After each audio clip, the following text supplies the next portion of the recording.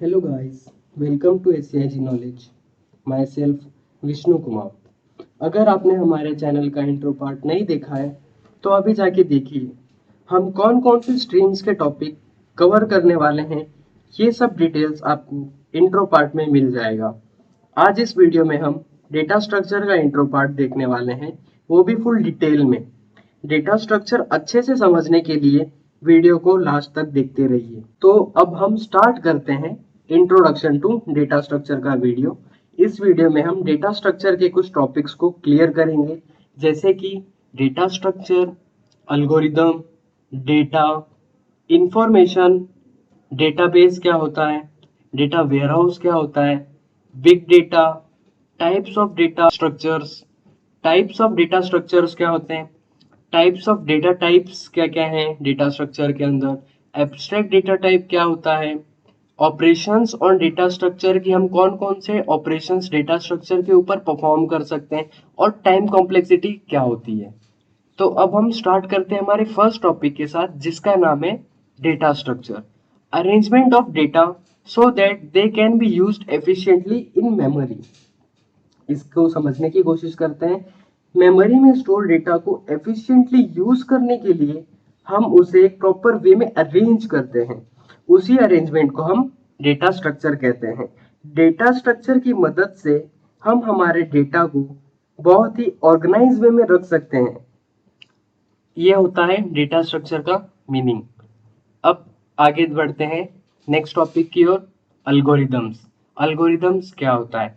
Sequence of steps on data using efficient data structure to solve a given problem. किसी भी data से related problem को solve करने के लिए जो हम step by step procedure follow करते हैं उसे हम अल्गोरिदम कहते हैं। अब हमारा नेक्स्ट टॉपिक है data.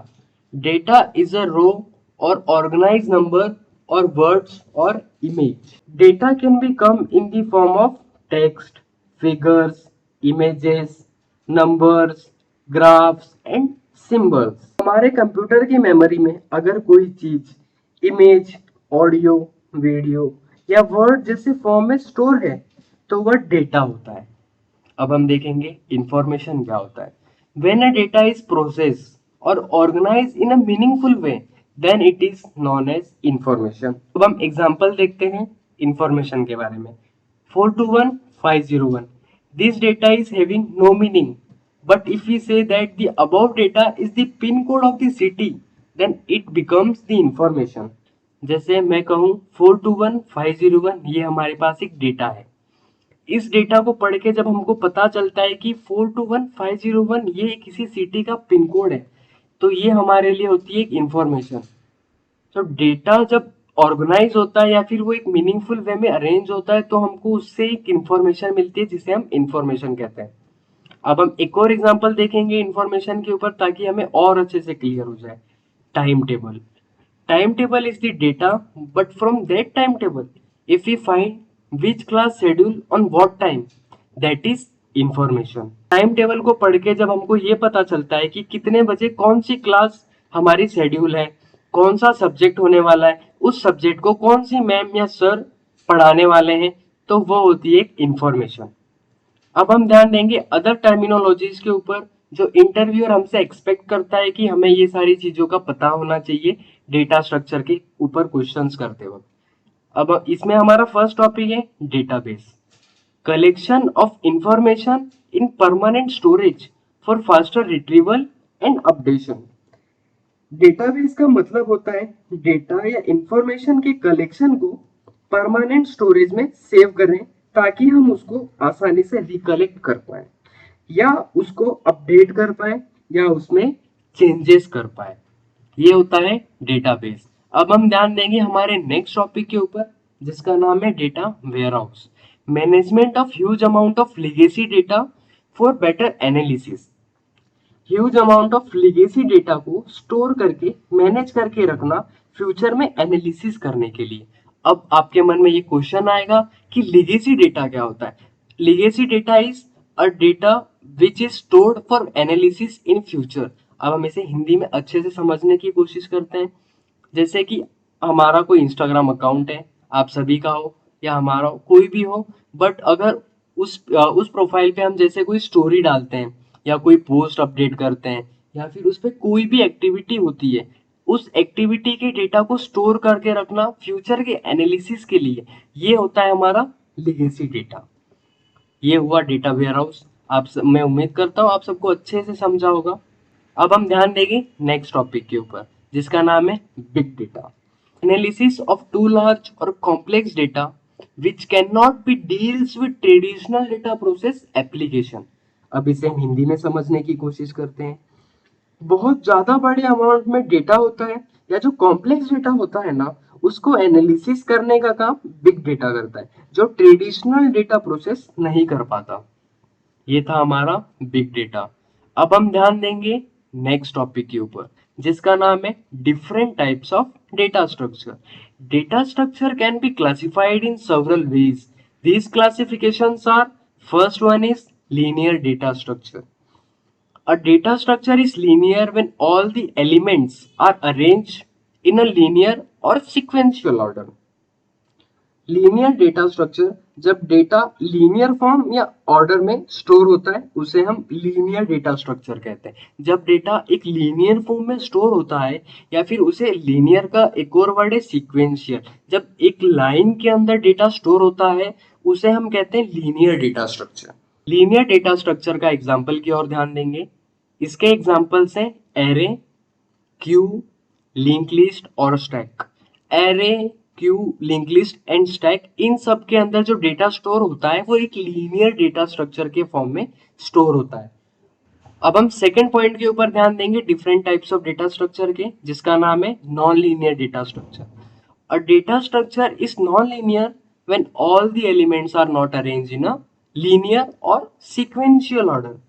There is no linear arrangement of the elements. जब हमारा डेटा नॉन लीनियर फॉर्म में स्टोर होता है, यानी कि एक लाइन में स्टोर नहीं होता, वो किसी भी जैसे ट्री के फॉर्म में जब डेटा हमारा स्टोर होता है ना, उसे हम नॉन लीनियर डेटा स्ट्रक्चर कहते हैं। अब हम ध्यान देंगे थर्ड पॉइंट के ऊपर different types of data structure के, जिसका नाम है static data structure. In this type of data structure, the memory is allocated at compile time. Therefore, maximum size is fixed. Static data structure में memory compile time में allocate होती है, इस वजह से static data structure में उसका size fix होता है। अब हम ध्यान देंगे static data structure के advantage के ऊपर। स्टैटिक डेटा स्ट्रक्चर का एडवांटेज है फास्ट एक्सेस और उसका डिसएडवांटेज है स्लो इंसर्शन। अब हम ध्यान देंगे फोर्थ टॉपिक के ऊपर, जिसका नाम है dynamic data structure. In this type of data structure the memory is allocated at run time, therefore maximum size is flexible. Dynamic data structure में मेमोरी रन टाइम में अलोकेट होती है कंपाइल होने के बाद। डायनामिक डेटा स्ट्रक्चर में memory size flexible होता है। अब हम ध्यान देंगे advantage of dynamic data structure. Dynamic data structure का एडवांटेज है फास्टर इंसर्शन एंड डिलीशन, और इसका डिसएडवांटेज है slower access. Dynamic data structure और स्टैटिक डेटा स्ट्रक्चर एक दूसरे के अपोजिट होते हैं। जो डायनेमिक डेटा स्ट्रक्चर का एडवांटेज है वो स्टैटिक डेटा स्ट्रक्चर के लिए डिसएडवांटेज है, और जो स्टैटिक डेटा स्ट्रक्चर के लिए एडवांटेज है वो डायनेमिक डेटा स्ट्रक्चर के लिए डिसएडवांटेज है। इसलिए ये दोनों एक दूसरे के अपोजिट है, उल्टे हैं। अब हम ध्यान देंगे नेक्स्ट टॉपिक के ऊपर, जिसका नाम है different types of data types. Data type is the container to store the value. Data type क्या होता है? एक कंटेनर होता है जो क्या करता है, हमारी वैल्यू को स्टोर करने का काम करता है। Data type can be classified as, first one is primitive data type and second one is non primitive data type. अब हम ध्यान देंगे प्रिमिटिव डेटा टाइप क्या होता है। Primitive data type are also known as predefined और basic data types, stores the data of one data type. Primitive data structure will contain some value, that is, it cannot be null. All primary data type supports basic operations like addition, subtractions and etc. Primitive data type को हम predefined और basic data types भी कह सकते हैं। Primitive data type में हम सिर्फ एक डेटा टाइप के डेटा को स्टोर करते हैं। एक डेटा स्ट्रक्चर है हमारे पास जिसमें हम इंटीजर टाइप का डेटा स्टोर कर रहे हैं, तो उस डेटा स्ट्रक्चर में सिर्फ और सिर्फ इंटीजर टाइप का ही डेटा स्टोर कर सकते हैं और दूसरे डेटा टाइप का डेटा हम स्टोर नहीं कर सकते, तो वो होता है primitive data type. All primitive data type basic operation जैसे एडिशन सब्सट्रैक्शन को सपोर्ट करता है। प्रिमिटिव डेटा टाइप के एग्जांपल्स हैं integer, character, float and etcetera.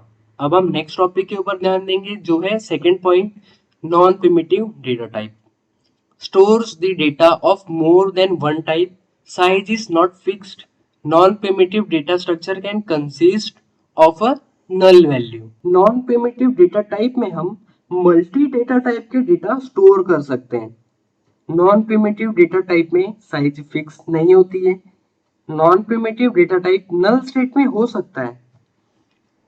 Non primitive data type के एग्जांपल हैं array, link list, stack and etcetera. अब हम ध्यान देंगे एब्स्ट्रैक्ट डेटा टाइप। जैसे आपको नाम से ही पता चलता है, इसके अंदर एक वर्ड आ रहा है एब्स्ट्रैक्ट, जिसका मतलब होता है show essential information and hide the implementation. Abstraction का मतलब होता है यूजर को सिर्फ वो इंफॉर्मेशन दिखाना जो उसके लिए इंपॉर्टेंट है, बाकी उससे रिलेटेड इम्प्लीमेंटेशन को हाइड कर देना। In a simple words, combination of data structure and operations are also known as abstract data type. Abstract data type is the set of all the operations we can perform on our data structure. Data structure और operations के combination को हम abstract data type कहते हैं। Abstract data type उन सारे operations का collection होता है जो हम हमारे data के ऊपर perform करते हैं। ये था हमारा एब्स्ट्रैक्ट डेटा टाइप। अब हम ध्यान देंगे data structure versus file organisation के ऊपर। The main difference between the data structure and file organisation is that data structure works on main memory and file organisation needs secondary memory for storing files. The file organisation deals with the storing and retrieving the files. Data structure और file organisation के बीच का main difference है, data structure main memory के ऊपर काम करता है और फाइल ऑर्गेनाइजेशन सेकेंडरी मेमोरी के ऊपर काम करता है फाइल्स को स्टोर करने के लिए। ये था हमारा डेटा स्ट्रक्चर और फाइल ऑर्गेनाइजेशन के बीच का डिफरेंस। अब हमारा नेक्स्ट टॉपिक है operations on data structure. The data which is stored in our data structure are processed by some set of operations. हमारे पास किसी डेटा स्ट्रक्चर में जो डेटा स्टोर होते हैं उनके ऊपर हम कुछ ऑपरेशंस परफॉर्म करते हैं। वो ऑपरेशंस क्या है? वो ऑपरेशंस होते हैं 6 टाइप्स के, जिसका फर्स्ट टॉपिक है वो ऑपरेशंस होते हैं 6 टाइप के। अब हम ध्यान देंगे फर्स्ट ऑपरेशन के ऊपर जिसका नाम है इंसर्शन। इंसर्शन का मतलब होता है हमारे डेटा स्ट्रक्चर में एक न्यू एलिमेंट ऐड करना, add a new data in data structure. Second operation है डिलीशन। डिलीशन में हमारे पास जैसे कि कोई एक डेटा स्ट्रक्चर है, उसमें से कोई एक एलिमेंट को रिमूव करना, ये आता है डिलीशन के अंदर, remove a data from data structure. Third operation के ऊपर ध्यान देंगे जो है हमारा sorting. Arrange data in increasing और डिक्रीजिंग ऑर्डर। हमारे पास कोई डेटा स्ट्रक्चर है, उसके अंदर जो हमारे पास डेटा स्टोर है उसको अरेंज करना, या इंक्रीजिंग ऑर्डर में या डिक्रीजिंग ऑर्डर में, वो हमारे यूज के ऊपर है कि हमें किस वे में उसे अरेंज करना है। फोर्थ ऑपरेशन है हमारा searching. Find the location of data in data structure. Data structure के अंदर जो डेटा है उसकी लोकेशन फाइंड करना, ये आता है सर्चिंग के अंदर। Combining the data of 2 sorted files into single sorted file. जैसे हमारे पास 2 डेटा स्ट्रक्चर है, उन दोनों सॉर्टेड डेटा स्ट्रक्चर को एक सिंगल सॉर्टेड फाइल में मर्ज करना, वो आता है मर्जिंग के अंदर। अब हमारा लास्ट ऑपरेशन है डेटा स्ट्रक्चर का traversing. Accessing each data exactly one in the data structure so that each data item is traversed और visited. Accessing each data exactly one in the data structure so that each data item is traversed or visited। इसका मतलब ये होता है कि जैसे हमारे पास कोई डेटा स्ट्रक्चर है उसके अंदर जो जितने भी डेटा है, जैसे हमारे पास 8 डेटास की एक डेटा स्ट्रक्चर है, उन सारे 8 डेटा को एक एक बार विजिट करना या एक्सेस करना, ये आता है हमारे ट्रावर्सिंग के अंदर। ये थे हमारे कुछ ऑपरेशंस जो हम हमारे डेटा स्ट्रक्चर के ऊपर परफॉर्म करते हैं। अब हम ध्यान देंगे नेक्स्ट टॉपिक के ऊपर, जिसका नाम है programme. A program is a group of instructions that perform a specific task when executed by a computer. Program is the implementation of an algorithm. किसी भी स्पेसिफिक टास्क को कंप्लीट करने के लिए जो ग्रुप ऑफ इंस्ट्रक्शन को हम use करते हैं उसे प्रोग्राम कहते हैं। ये मीनिंग है हमारे प्रोग्राम की। अब हम ध्यान देंगे प्रॉपर्टीज ऑफ एल्गोरिथम के ऊपर। While writing the algorithm the following properties must be followed. जब हम कोई भी एल्गोरिथम लिखते हैं तो उसके कुछ प्रॉपर्टीज होती हैं जो हमें फॉलो करनी पड़ती है। अब हम ध्यान देते हैं कि वो कौन कौन सी प्रॉपर्टीज है। तो सबसे फर्स्ट आता है उसके अंदर non ambiguity. The algorithm should be simple and clear. There should be not be any ambiguous statement in the algorithm. Algorithm हमेशा सिंपल एंड क्लियर होना चाहिए। अल्गोरिथम में कोई भी एम्बिजियस स्टेटमेंट नहीं होना चाहिए। अब एम्बिजियस स्टेटमेंट क्या होता है? एम्बिजियस स्टेटमेंट का मतलब होता है कंडीशंस और a statement not clear in a meaning. कोई भी कंडीशन या स्टेटमेंट ऐसी नहीं होनी चाहिए जिसकी कोई मीनिंग ना निकले। जो भी हम कंडीशन या स्टेटमेंट लिख रहे हैं या दे रहे हैं वो मीनिंगफुल होनी चाहिए।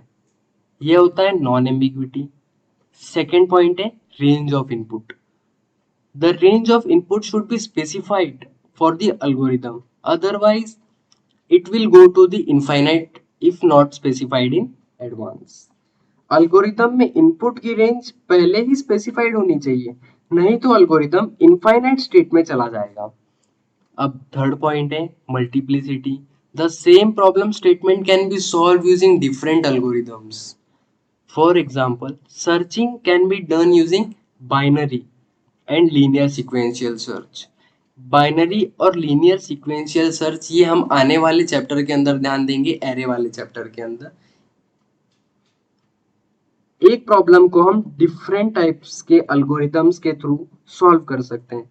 जैसे कि सर्चिंग हम लीनियर सर्च और बाइनरी सर्च दोनों तरीके से कर सकते हैं। ये था हमारा मल्टीप्लिसिटी के बारे में। अब फोर्थ पॉइंट है स्पीड।